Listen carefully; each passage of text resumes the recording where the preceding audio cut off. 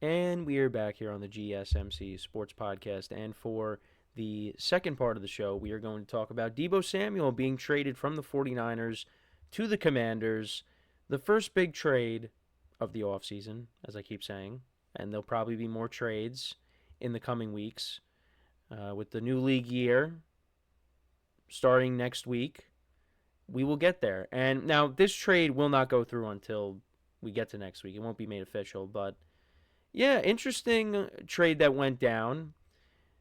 We did talk about the Commanders and, what they have to do in the offseason. And one of the things they had to do was add another weapon to go along with Terry McLaurin. And they're taking a chance on Deebo Samuel, who is coming off of a career worst year, statistically. He only had 3 touchdowns. He had 630 receiving yards, 51 and on 51 receptions. He did not have a great year. Did not have a great year. It was a down year for him, and he obviously tweeted stuff, and he was just not happy with not being able to contribute, wasn't getting the ball enough. And then the 49ers did try to give him the ball more, especially against the Rams, and he dropped a touchdown. Injuries were a problem this year. I mean, he also had pneumonia at one point. It just was not a good year for him. It was a very forgettable year. But yeah, I did bring up the drops. I mean, there was a couple of passes that went right through his hands against the Packers, I remember. I mean, that was not a good game for the 49ers in general. They got blown out. They got blown out back-to-back weeks by the Packers and the Bills. It was a very forgettable year for Deebo and the 49ers in general. But Deebo did request a trade, and the Niners were able to deliver and trade him to a team that, is on the come up. And he is going to be a huge factor on the Commanders. Could he be primed for a bounce back year? Now, he is older, and some people did talk about how, he gained some weight, and he needs to get in better shape. And I think, he's going to be motivated next year, especially on this new team, to prove to everybody that he still has it. And I still think he does. Now, I don't think he's going to be 2021 Deebo. I don't think that. But I do think in this offense, he could work. Because how you look at how it's set up, I mean, Terry McLaurin is the deep ball guy. He's the one that everybody's going to be focusing on, the one that's going to take the defense over the top. Deebo Samuel is the guy underneath. And you could line him up everywhere.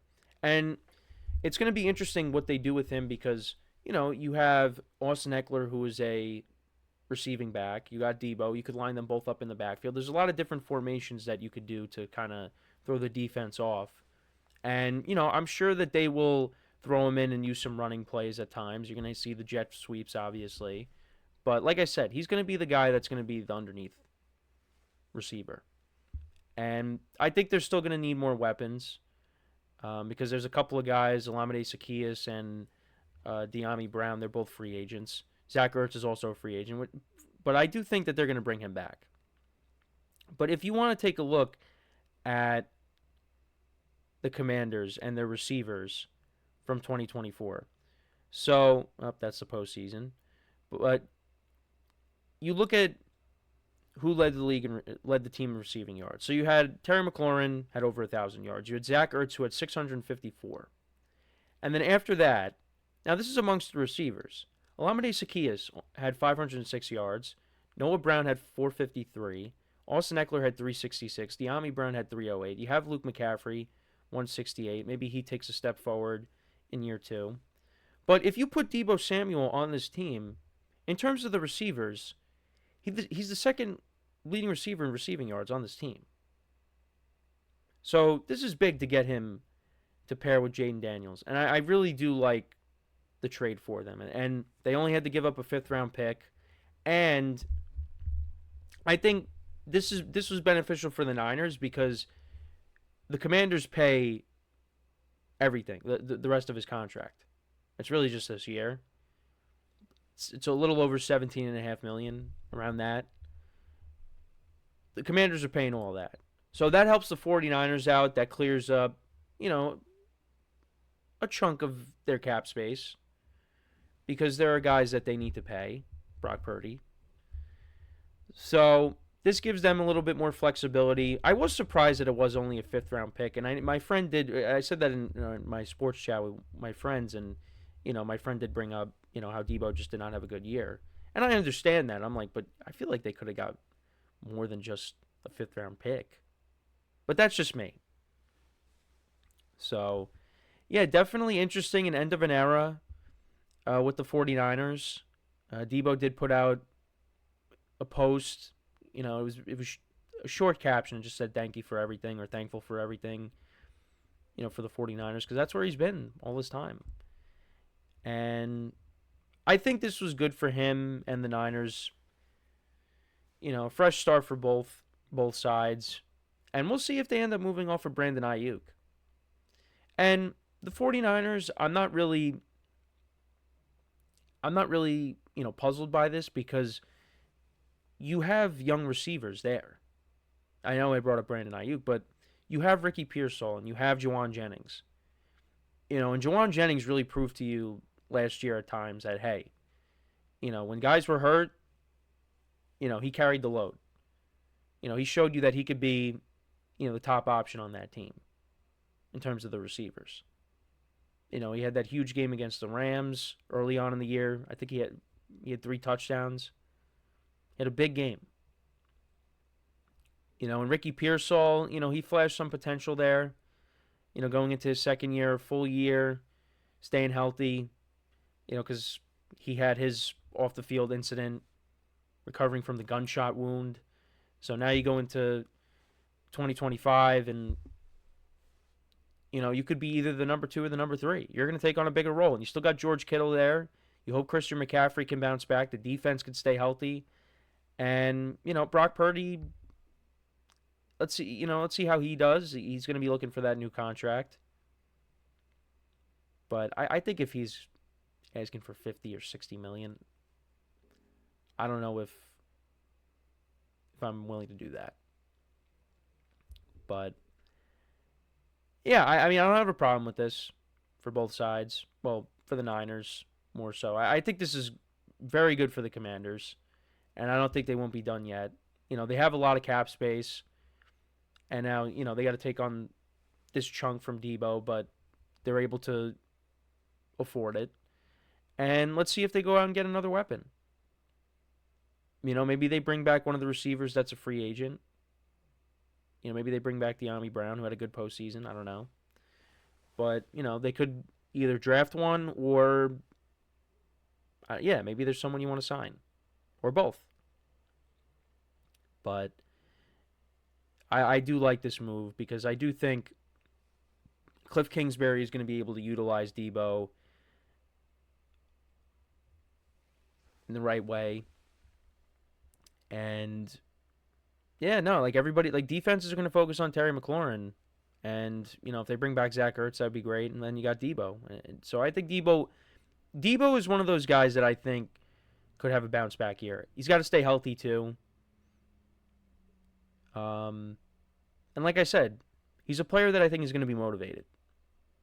Now, I don't think there's that many years left with Deebo because, he's kind of, I guess we could say, he is on the decline. But I do think you could get a couple of good years out of him if, they do bring him back. If he has a good year. If he doesn't have a good year, then he's gone. But if he has a good year, then you say, all right, you know what? Maybe we bring him back. So we'll see how it goes. But the Commanders, that's a team to watch out for next year again. Because, we thought, oh, yeah, it was a nice story. They get to the playoffs. No, they made it all the way to the championship game. They want to sustain this. And the other thing, too, is, forgot to bring this up, but this was a likely spot for Deebo because of the fact that Adam Peters, who's now over there, he was with the 49ers in the front office. Worked with John Lynch. So that also makes sense for Deebo having to go here. Now, it stinks as a Giant fan because now he's in the NFC East. So it is what it is. just got to deal with it. But then again, you could also point to, well, Deebo wasn't good last year. I guess, but I think he could bounce back. But you guys know me. For some reason, I'm always positive with these guys. Oh, yeah, he'll bounce back. No problem. But I do like the fit. I really do. Commanders addressed the need. And, for the 49ers, like I said, let's see if maybe they trade Ayuk. That would be quite something. They give him that new contract, and then he's gone. They trade him. So, but that Avengers team that, Brock Purdy has been surrounded by, it's slowly breaking up. So we'll see how he steps up. But Deebo, I think, like, if they lose McCaffrey for the year again or something, then I think we got to pay attention. I mean, we saw it a little bit. But I think, given what happened with the Niners last year, Purdy did not play bad. I mean, there were some games, yes, but I thought he had a solid year. But I know it wasn't like it was the previous year when everybody was healthy. So, but let me know what you guys think about the Deebo Samuel trade. How do you feel about it for both sides? Like I said, I think the 49ers maybe could have got a little bit more, but that's just me. But let me know in the comments. So before we go to break, just want to remind you guys, once again, to tip or donate and get your comments recognized. Make sure to hit that super chat button in the chat if you want to see me acknowledge any thought or comment you may have throughout the live broadcast. Makes the show more lively, more entertaining. Between myself, the host, and you guys, the viewers, we appreciate you guys' viewership each and every day. So any contribution you can make to the show means the world to us as we put out content for you guys each and every day. And also, the other way to help out the show is by going to the link at the bottom of the show segment on the ticker, GSMCPodcast.net. That is GSMCPodcast.net. So when we come back from our next break, we will talk about the NBA action from over the weekend. We'll talk about the Cavaliers and their comeback against the Celtics. Also a couple of Knicks overtime winners as well, or overtime wins. And, continue to talk about the Lakers and Luka. They continue to win games.